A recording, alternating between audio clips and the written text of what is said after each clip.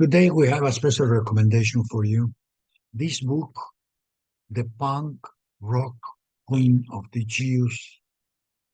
Rosie, a memoir by Rosie. Normally we wouldn't have recommended it because of the title, but then we started reading it and we wouldn't have recommended it because of the initial pages and the stories they say about it. But then we realized that this book is really biography, if we want to call it that way,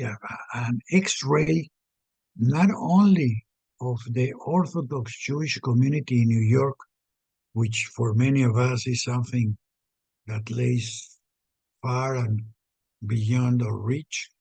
but also of the Latino, the Puerto Rican, and the Black communities, because Rosie spent her initial months wandering around these communities, but her stories about the Orthodox community and the Puerto Rican and Black communities really give us an image of how these people live, behave, and think in today's New York. By the way, Rosie, I don't know if I should give you the end of the story because Rosie ended up being a success. From all that we read about her, initially we were expecting to hear that she ended up dead in some cornerstone in some street or dark alley in New York, but no, she ended up having programs all throughout the radio spectrum, WOMR, NPR, the life story of Chef Rosie, Feminist Press, Queen of the Jews, and the Ranging and Eating podcast. She's doing so many things at the same time that it's really joyous, not only to see that she survived and how well she did,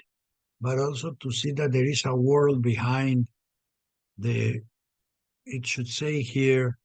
the punk rock Orthodox queen of the Jews.